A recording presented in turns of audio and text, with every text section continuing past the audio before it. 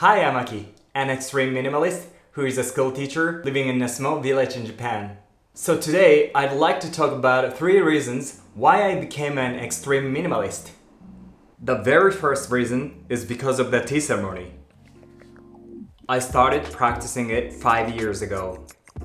The setup for the tea ceremony itself is very simple with no waste.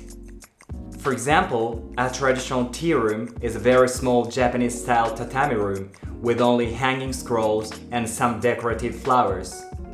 The utensils used for the tea ceremony are also minimal, and each utensil has a purpose. Not only the utensils, but also the action performed during the ceremony are beautifully simple but strategic movements. My life before starting tea ceremony was different. I was buying a lot of unnecessary things and living in a messy room. My life was lazy. However, after learning about tea ceremony, I started to think about how awesome it would be if I could live minimally with beautiful movement and the mindset like during tea ceremony. The second reason comes from a time in my life that resulted in me becoming homeless. I was running a small guest house in Tokyo 5 years ago. It was a Japanese-style inn that I remodeled for over 3 months. Fortunately, I had many guests from all over the world. I welcomed them in a kimono, had a tea ceremony class, and a takoyaki party.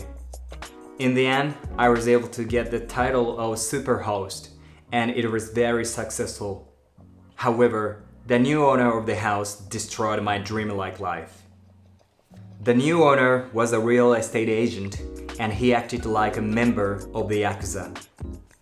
I still remember the first word he said when he came to my guest house. "You're so naive.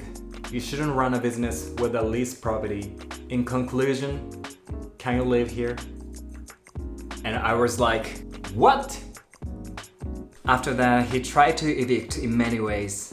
He threatened me with notices from his lawyer, high rent fee, and criticizing contract violation. I hired my lawyer to fight, but I didn't have much money and was exhausted from the prolonged fight. In the end, I decided to leave the house. I had to sell most household items and equipment I had collected because I needed money for restoration. My friend came to help me restore the guest house back to the original. I broke the wall that I built. Breaking down was equally as hard work as making.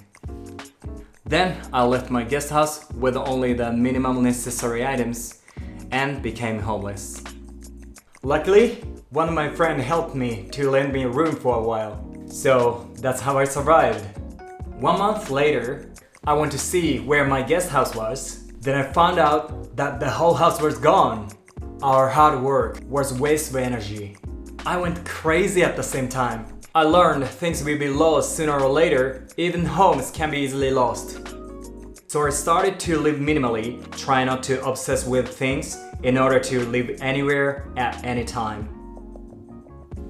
The third reason is the bamboo bike trip.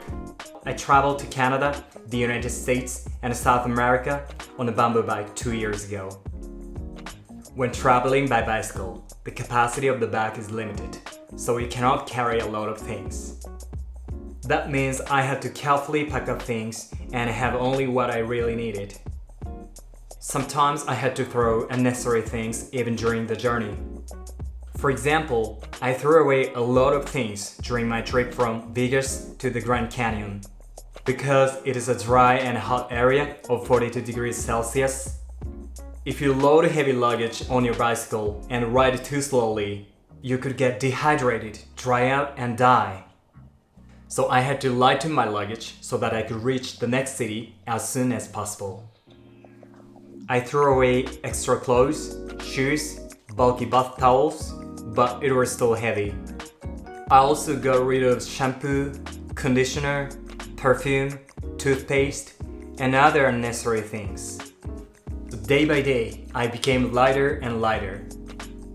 And by the time I reached Grand Canyon, I became an extreme minimalist. I had only what I really needed to live. After I came back to Japan, I earnestly started a minimal life. my extreme minimalist journey will continue. Every day, I try to think about how to make life lighter, more beautiful, and healthier. If you like this video, please click the like button and subscribe to my channel, cause that will motivate me and encourage me to make more informative videos. Thank you for watching, and I see you in the next video. Bye bye!